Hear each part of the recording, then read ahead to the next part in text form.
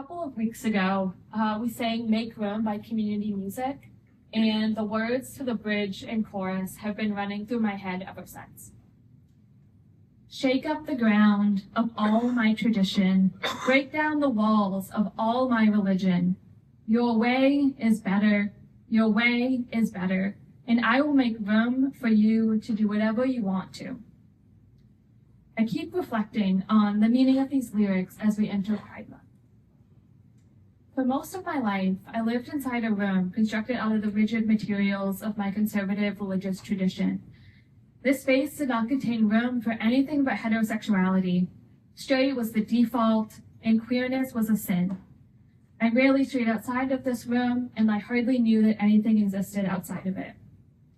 So much of my faith journey has been about discovering what it looks like for God to shake up the ground of my tradition and break down the walls of my religion to make room for God's new way. Tonight, for Pride Sunday, I want to share my coming out story, because I've never done it before. And my biggest hope for tonight is that we may consider how to make room in our hearts for God to lead us to our most authentic selves, and how our journeys encourage others to do the same. For the first 27 years of my life, I never questioned that I was straight. When I look back on all those years, I see how God was even then pushing against the boundaries of my heart and making room for the story that would follow. In high school, my best friend Margot came out to me. No one had ever shared with me that they were queer before, and I didn't know how to respond out of love for my friend and love for my faith. I basically told her that I didn't endorse her lifestyle, but I still wanted to remain friends. It was the classic hate the sin, love the sinner mentality, and understandably, we soon drifted apart. And I wondered if I could have responded differently. God continued prodding at those boundaries in college. I was involved in the local branch of the Navigators, a collegiate ministry similar to Campus Crusade for Christ or InterVarsity. A couple of my close friends were wrestling with their sexuality and their faith. One friend confided in me and other members of the leadership team that she thought she was attracted to women.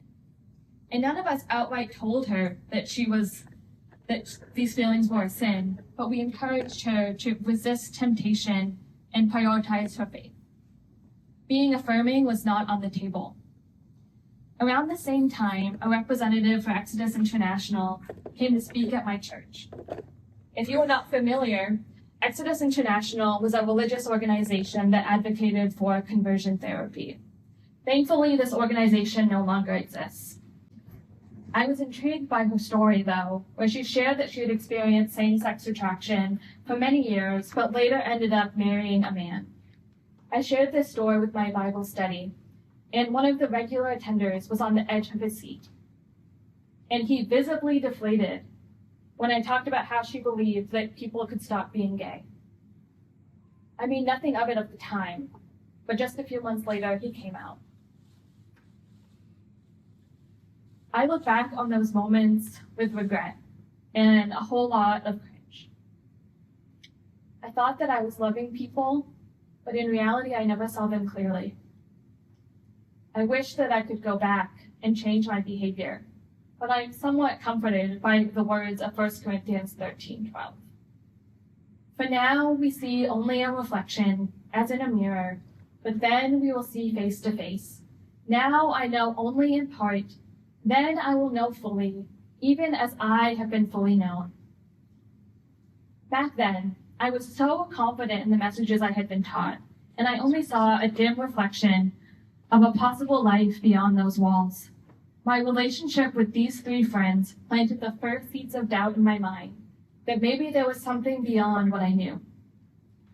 Now that I've come to terms with my own queerness, I wonder if God placed those people in my life for a reason, to show me what authenticity and joy might look like beyond those rigid boundaries. And I also think about how God has fully known me, and my journey has never been a surprise to God. God knew each step I would need to take along the way. In Psalm 139, verse 1 through 6, the psalmist declares, "O Lord, you have searched me and known me. You know when I sit down and when I rise up. You discern my thoughts from far away.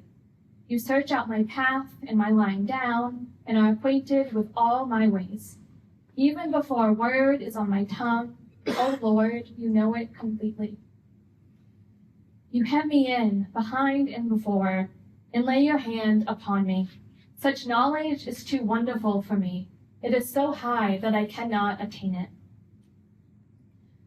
Even when I was trapped in the room of my own straightness, unable to look beyond those walls, God already knew everything there was to know about me.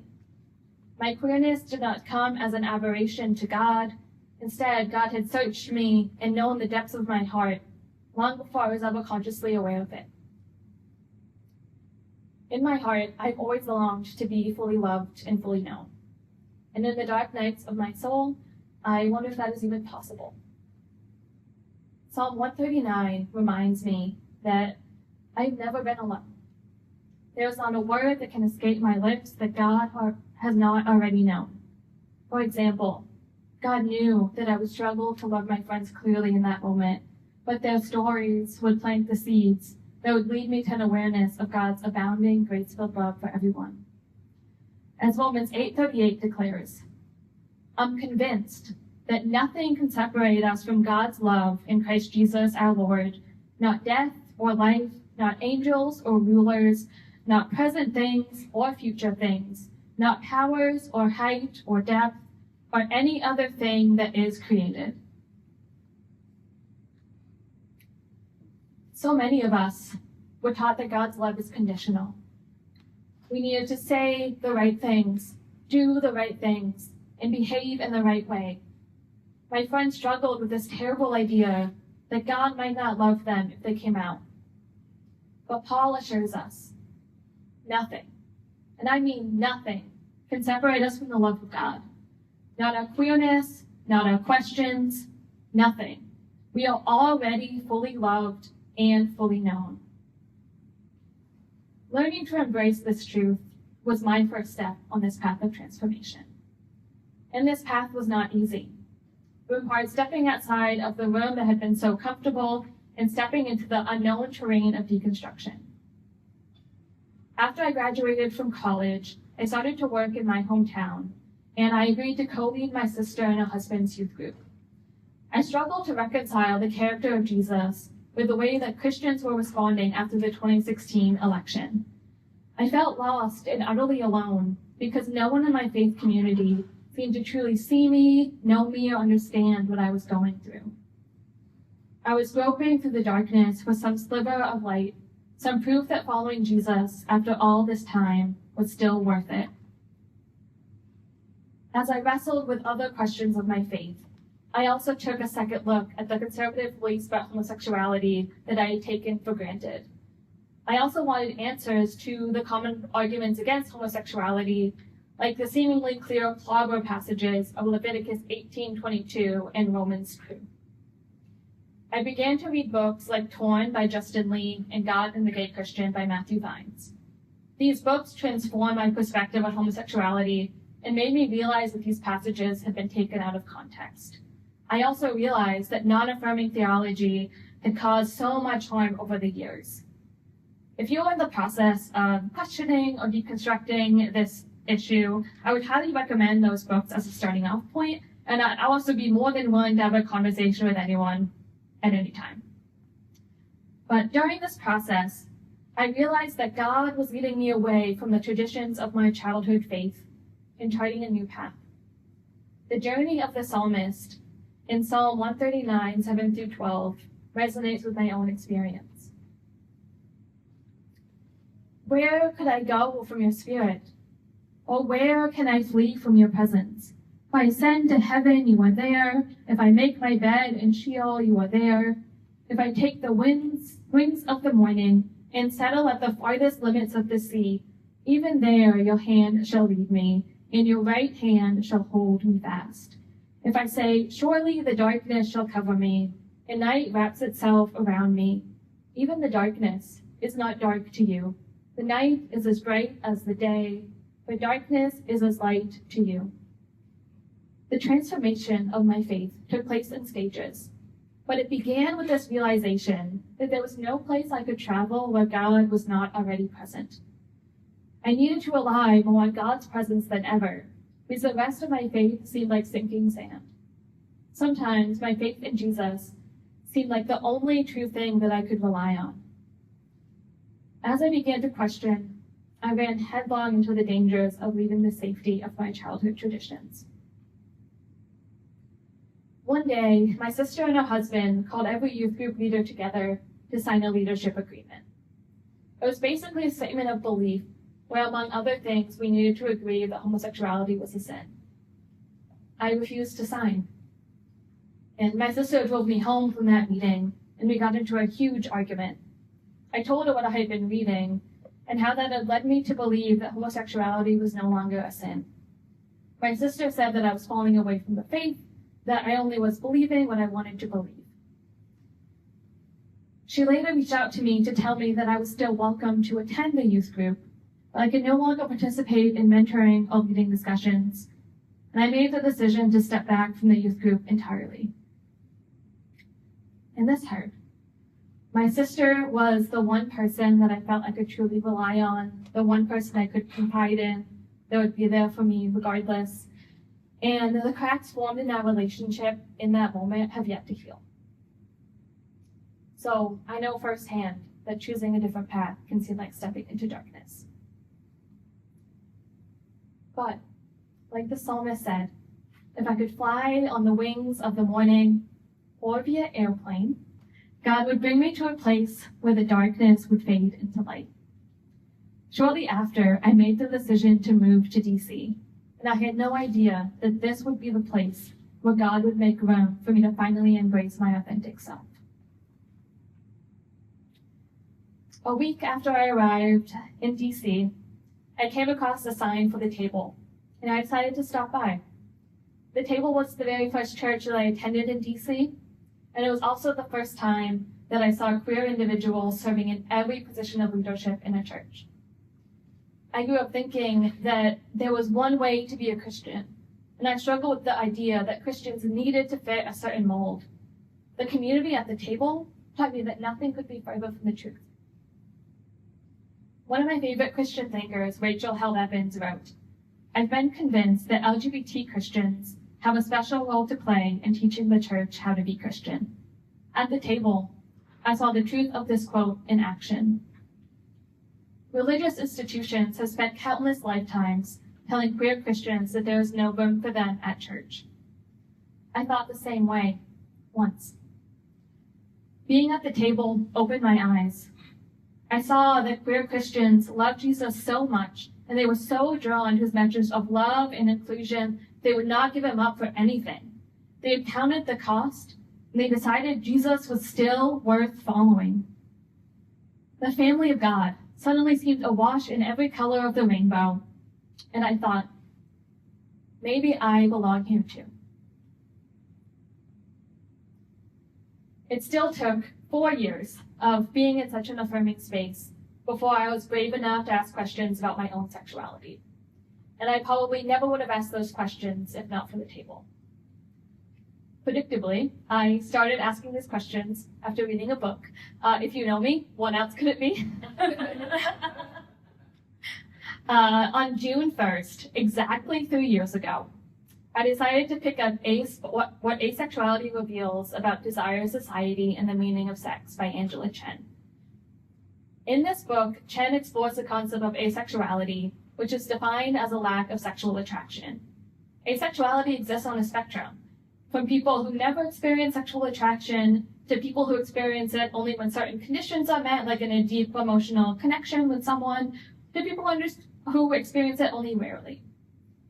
I had never read a book that so accurately captured my fears of being behind in relationships, because I didn't seem to view romance or sex the way other people did. After reading this book, I wrote down the words that would crack open my life in ways I didn't think were possible. I think I might be asexual. The short sentence felt odd, like a pair of shoes I had not broken in yet. But Angela Chen reminded me that labels are meant to serve us, not the other way around. And it might resonate with me now and not later. She encouraged me to embrace ambiguity and uncertainty and continue to ask those questions. So, over the next several months, I questioned what this term asexuality might mean for my own life. At first, I thought it only meant that I placed more of an emphasis on a romantic rather than a sexual connection. And I didn't speak to anyone about this for months. I finally shared this with one of my friends over margaritas, and he asked me if that meant that I could see myself in a relationship with a woman as well as a man. At first I thought, definitely not. I had only ever thought about being with a man. Slowly but surely, these questions kept creeping up. I got more familiar with the idea that maybe, just maybe, I was interested in women too. I've always longed for a partner, someone who would be there for me in the good times and bad, someone to take care of and someone who would take care of me, someone to build a life with. And I wondered if the gender of that person actually had little to do with it at all. Being interested in women suddenly seemed more like a possibility. It still took a full year to change my dating apps from interested in men to interested in men and women. And taking that plunge was probably one of the most terrifying things I've done in my life. At the same time, I couldn't deny that it felt right. All of a sudden, my reservations about dating seemed less important somehow, and I wanted to give it a try. I remember that exhilaration when I first started to date women. It was like a puzzle piece of my identity slotted neatly into place. And after a specific date, I basically declared to anyone who would listen, I am definitely not straight. Discovering this aspect of my identity did not feel like shame. It felt like freedom. It felt like I was realizing who God had created me to be from the very start. As the psalmist says in Psalm 139, verses 13 through 18, "For it was you who formed my inward parts. You knit me together in my mother's womb. I praise you, for I am fearfully and wonderfully made. Wonderful are your works. That I know very well. My frame was not hidden from you when I was being made in secret, intricately woven in the depths of the earth. Your eyes beheld my unformed substance. In your book were written all the days that were formed for me, when none of them as yet existed. How weighty to me are your thoughts, O God. How vast is the sum of them. I tried to count them. They are more than the sand. I come to the end. I am still with you." My journey led me to realize that this part of my identity had been present all along. My sexuality had never been hidden from God, and nothing about my identity could ever separate me from God's love toward me. Realizing my attraction to women felt like leaving behind my old self, the patterns, ideas, and perspectives that no longer served me, to take on my new self, where I more fully embody who God has created me to be. It felt like a fulfillment of 2 Corinthians 5:17. So if anyone is in Christ, there is a new creation. Everything old has passed away. Look, new things have come into being. And the most beautiful part of this entire journey is that this community has made space for me through all of it. The Table Church was the safest place in the world for me to come out. It wasn't some big revelation. I shared that I had gone on a couple of dates with women, and my friends didn't even bat an eye. No one looked at me any differently. I did not need some big coming out moment where I gathered everyone together and talked about my sexuality, and I never once feared that people in this church would look down on me with judgment or impose shame on me. In some ways, this is by far the greatest gift the church has ever given me. And I know all too well that this is not the case for other queer folks. It is my dearest hope that as a queer female Christian pastor, I can help to create a world where every room, every church, is the safest place in the world for other people to come out. And as a church, I hope that we can become a bright light, welcoming people into the truth that everyone belongs, everyone is seen, everyone is known, and everyone is loved. Standing here today, I can say that my journey is not yet finished. I'm still not entirely sure where I stand on the asexuality spectrum, if I'm even still on it at all. When I am asked about my sexuality, I typically just say, I'm queer. But there may come a day when I identify more as a lesbian. What matters more than the labels, though, is the fact that there is finally room to explore those questions, to allow God to break down the barriers that keep me from understanding my true self. So this Pride Month, I invite you to consider your own journey. Each of you has probably experienced at one point in your life this feeling of being confined to a room that prevents us from exploring who we truly are. What might it look like to leave those boundaries behind and explore your true and authentic selves? Each of us are at different stages of this journey. No matter where we are in our life or in our faith, God is present in our transformation. And discovering your true self is not a sprint, but a marathon. And there is no path we can travel where God is not present, beckoning us toward abundant life. What might it look like for you to fully celebrate who you are and give yourself and each other the space to continue growing? And we also have the perfect opportunity to raise up queer folks during Pride. None of us are strangers to the fact that queer rights are under attack, and countless anti-LGBTQ+ bills are being advanced on both state and federal levels. In this moment, I hope that we can each find the time to learn from the stories of our queer kin, uplift them, celebrate them, shout them from the rooftops. And next weekend, you can join us as we proclaim this truth on the streets of DC. Yes. We will be marching in the Pride Parade and tabling at the festival. It is not too late to join us, and we would love to have you. Every year, Pride is a testament to how God's love welcomes everyone and invites us all to make room for authentic selves, made in the image of God.